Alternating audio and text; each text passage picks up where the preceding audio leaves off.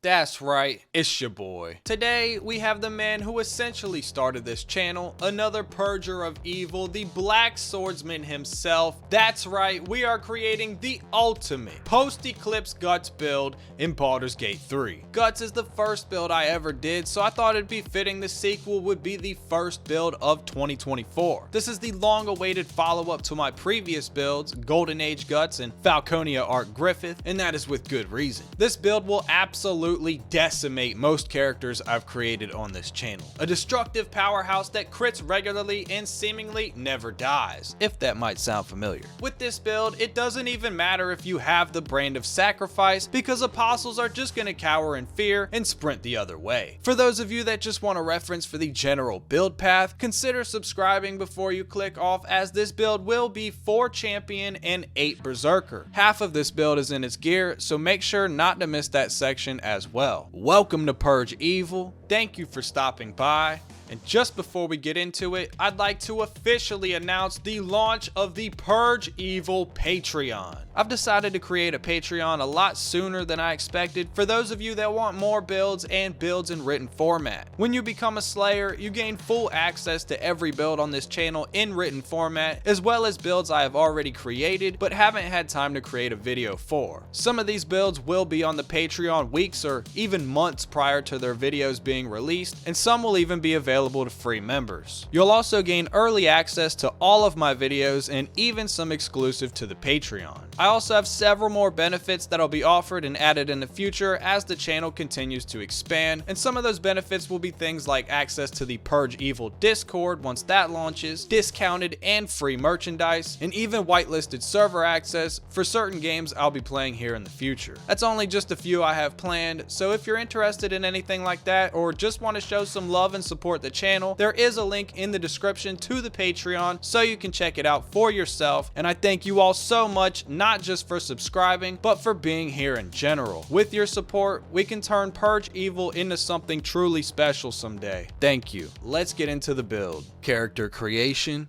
in level 1. I'm gonna be honest guys, Half Orc is by far the best race for this build. If you don't care about role playing as Guts and just want to use the build, I definitely recommend Half Orc. I know Guts is a human, but the racial passives from Half Orc can actually mimic the Berserker Armor and make up for some later levels of Barbarian, which we can use for Fighter instead, so I highly recommend it. Just headcanon the Fangs to be the Beast of Darkness emerging or some shit like that. Half Orcs do an extra dice of damage when they crit, which is gonna be a focus of this build, as we will be taking champion. Note that you can also get this same passive from taking Barbarian to level 9, but you'd be sacrificing a feat in doing so. One of their other passives allows them to regain 1 HP when they go down, which absolutely mimics the Berserker Armor, not allowing Guts to ever go down, twisting his limbs back into place so he can continue to fight on. For presentation purposes, I'll be showing the human Guts throughout this video. Though it's busted, you don't need Half Orc. You're gonna do just fine as human, which I'll be demonstrating through these clips, so don't worry too much about it. Araja's potion in Act 2 is going to increase your strength by 2, so make sure you don't slay Astarion before then, because you'll need him in your party in order to get this potion. This is a necessity and acts as a free ability improvement feat for your strength. But before I get too far ahead, since we're on the topic of strength, our starting stats should look something like Strength 16, Dex 16, Constitution 14, Intelligence 8, Wisdom 12, and Charisma at 8. Take the Outlander background for athletics and survival, and we will start the build as a fighter. Barbarian would arguably be a better class to start as if it weren't for Action Surge at level 2. At fighter level 1, we unlock Second Wind, which is a self-healing bonus action that will help to keep Guts in the fight. You can headcanon this as Guts' sheer willpower to struggle on, or an effect of the Berserker Armor. Just ignore the Power Ranger pose. We also gain a fighting style, which of course will be great weapon fighting. I usually go out of my way to explain that you should aim for extra attack as early as possible, but I'm just going to describe the regular build path throughout this video, which will see us getting extra attack at level 8. Obviously, you can take fighter to 5 if you'd like it early, and later respec following this guide. Level 2, and 3. Take another level into fighter for the aforementioned action surge, granting us an extra action during a turn once per short rest. Follow this with a third level into fighter to unlock champion, the catalyst that will begin to turn Guts into a crit machine. We're going to be doing so much damage we wouldn't even have time for maneuvers, so don't worry about Battlemaster. Champion reduces the number we need to land a critical hit by 1, so now anytime we roll a 19, we will land a crit. Keep an eye out for any gear with this same effect as they do stack, lowering the number needed even further. This is a core essential to this build. Level 4. At level 4, we multi-class into Barbarian, so now we can truly begin to roleplay Guts with Rage. While enraged, you'll deal more damage, have advantage on strength checks and saves, and all incoming physical damage will be halved, meaning you have resistance to it. Take note that Rage will end early unless you attack an enemy or take damage each turn. Raging while wearing heavy armor provides no benefits and essentially would just be for roleplaying, so make sure to stay away from heavy armor with this build. Lastly, you can't cast or concentrate on spells while raging. We also gain unarmored defense, which we will ignore for the most part as Guts will be wearing medium armor. Level 5. At level 5, Barbarian 2 with Danger Sense, the brand of sacrifice cuts deeper and not only alerts Guts of enemies, it now gives him advantage on dexterity saving throws against traps, spells, and surfaces, allowing him to react faster than before. We also gain Reckless Attack, which you can activate before or during an attack to instantly give you advantage at the cost of enemies having advantage against you until your next turn. A brutal ability for a brutal character. Level 6. At level 6, take another level into Barbarian to unlock our subclass and go full Berserk. I said the thing. This changes our Rage into Frenzy, which functions the same as Rage, but also grants Guts 3 bonus action abilities. Frenzied Strike makes an extra attack with your weapon, and Rage Throw picks up something nearby and launches it at the enemy with a chance to knock them prone. An Improvised Weapon Attack lets you pick up something nearby and attack with it. What makes these so great is them all being bonus actions, which is a fair trade-off in my opinion for multi-classing early instead of going straight for extra attack, which we'll get in 2 levels anyways. A nice combo I like to do is use Enraged Throw to knock somebody prone and then walk up to them and critical that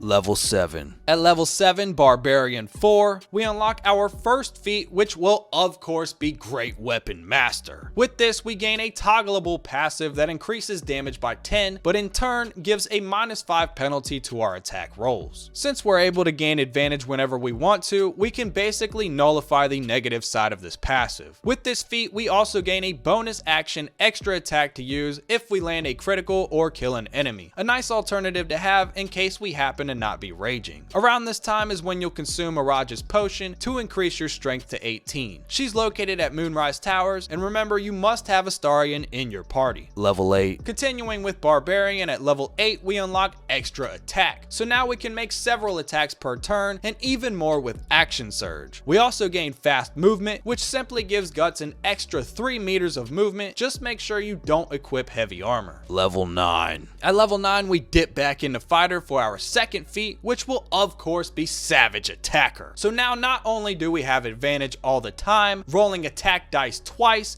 with this feat we also roll our damage dice twice on every melee attack, guaranteeing higher damage on average. Level 10, 11, and 12. At level 10, moving back over to Barbarian, we gain another Rage Charge and Mindless Rage, which prevents Guts from being charmed or frightened while frenzied, and also prevents characters like Shirk from casting Calm Emotions on Guts to stop his rage. At level 11, we gain Feral Instinct, which simply gives Guts a +3 bonus to initiative and prevents him from being surprised. And finally, at level 12, we unlock our final feat, which will be Ability Improvement to cap our strength at 20. At the end of the day, Guts is still human, but what makes him particularly capable is his Berserker Armor and his Prosthetic. Gear. Prosthetic. Aside from the build itself, we need some more passives and abilities through gear to mimic the Berserker Armor as much as possible. But first, the Arm Prosthetic. We have 2 forms to choose from, the Crossbow and the Blaster. If Guts chooses to fire bolts, I like to equip the Firestoker and the Hellfire Hand Crossbow. This is a famous duo, of course, but the true reason for dual wielding hand crossbows is so that Guts can fire more than one bolt per turn, or even just fire the one as a bonus action. We can also somewhat mimic the arm cannon with this setup by firing off the given Scorching Ray once per short rest. If Guts chooses the cannon, the one and only choice we have here is absolutely the fabricated Arbalist. This beast of a weapon lets Guts fire off arm cannon blasts for 10 turns once per short rest, and has a chance to blind enemies, and also has a chance to burn Guts after being fired. Truly the ultimate weapon to roleplay with. If you're not worried about roleplaying Guts' arm cannon, you can equip the Deadshot Longbow to further reduce your crit roll needed by another one. Dragonslayer. Though there isn't a true Dragonslayer in the game, we do have 3 beautiful options to choose from for Guts. The first sword I'll recommend is Svartalby's Woundseeker, which grants Guts a plus 1d4 bonus to attack rolls against enemies who have already taken advantage, which gives us a higher chance of scoring a critical. This is found in Act 1 at Joaquin's Rest. The next 2 weapons I'll recommend come in Act 3. The Sword of Chaos synergizes particularly well with this build, as it will heal Guts for 1 to 6 HP every time he attacks. With a trinket I'll recommend shortly, Guts would heal the full 6 HP every time. Lastly, of course, we have Baldur's Giant Slayer, specifically designed to destroy apostles. With this, you can make a special attack once per short rest against larger creatures with advantage that deals huge damage. You also gain the ability to become the size of an apostle, but we won't talk about that too much. Use at your discretion. Berserker Armor. Finally, we arrive at the Berserker Armor. To keep this video from being an hour long, I'll mainly describe the recommended gear for the final build. First, we'll start with the boots, and there's 2 I'll recommend there. Disintegrating Nightwalkers prevents Guts from getting caught up on all difficult terrain, and allows him to use Misty Step once per short rest, which we can headcanon to be the incredible agility the armor seems to grant him, hurling himself through the air at his opponents. For this same reason, I would also like to recommend the Bone Spike boots. Though we don't get the bonus +1 to AC and saves because we will be wearing medium armor, we will get increased jump distance and the Brutal Leap ability, which actually lets Guts launch himself into the air towards his foe with the chance to knock them prone on impact. This is a bonus action and can be used every turn, so this is a perfect pair of boots for Guts and the Berserker Armor. Before we continue, make sure to always wear the Periapt of Wound Closure so the armor can heal Guts and prevent him from dying without a final blow. This amulet maximizes HP healed from all sources and prevents you from ever having to make death saving throws. Until you unlock this, equip the Amulet of Misty Step. Pair the amulet with the Ring of Regeneration, and Guts will auto heal a solid 4 HP at the start of every turn. Since I'm mentioning a ring here, the other ring I'll recommend wearing is obviously Killer's Sweetheart, which gives you a free critical hit once per long rest after you kill a creature. This will be a prompt, so you'll be free to choose whichever enemy to use it on, rather than it just being your next attack regardless. After Death Do Us Part is a super cool ring that fits Guts' Beast of Darkness aspect. Consider this as it revives Guts when downed with half of his health, but in turn he's been lost to the beast inside, who is now in control and will attack the nearest creature, friend or foe, and deal an extra 1d4 necrotic damage. Make sure you have Shirk in your party to cast Remove Curse to end this. The only cloak I can really recommend is the Cloak of Displacement, which causes enemies to have disadvantage on attacks against Guts until he takes damage. Okay, back to the armor itself. The Martial Exertion gloves are absolutely perfect for the Berserker Armor. This gives Guts Martial Exertion, where he pushes past his physical limits, taking 66 piercing damage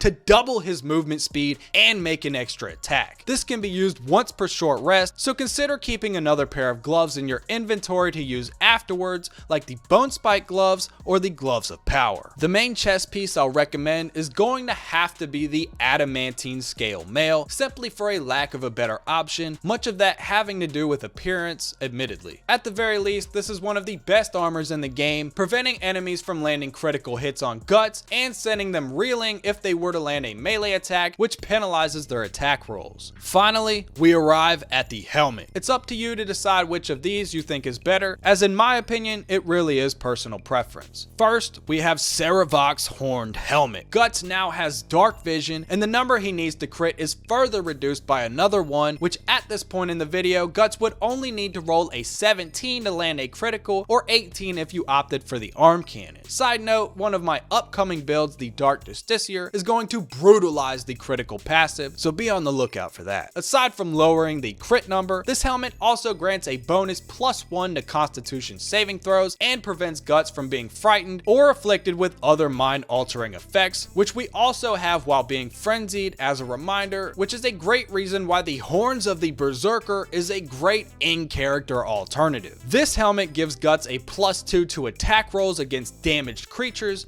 further increasing the chance for him to crit, and some could argue that this is better than the passive from the previous helmet. I will let you decide that for yourself. This helmet also grants Guts attacks a bonus 2 necrotic damage so long as he isn't at full health, but he will take 1d4 damage if he doesn't attack on a turn, which won't happen anyways. And with that, it's time to absolutely annihilate the forces of the God Hand in our seemingly endless struggle to take revenge on the man we once called our friend. If you liked this video or found it helpful in any way, make sure to subscribe and let me know down in the comments your thoughts, and if you have any suggestions to improve the build or even any suggestions for future builds. I thank each and every one of you for watching, and if you've made it to this point, I just want to say thank you for stopping by, and until next time, purge evil. Yeah, crown in my palm, but I ain't put it on. Yeah, crown in my palm, but I ain't put it on. Yeah, crown in my palm, but I ain't put it on. Yeah, crown in my palm, but I ain't put it on. Yeah.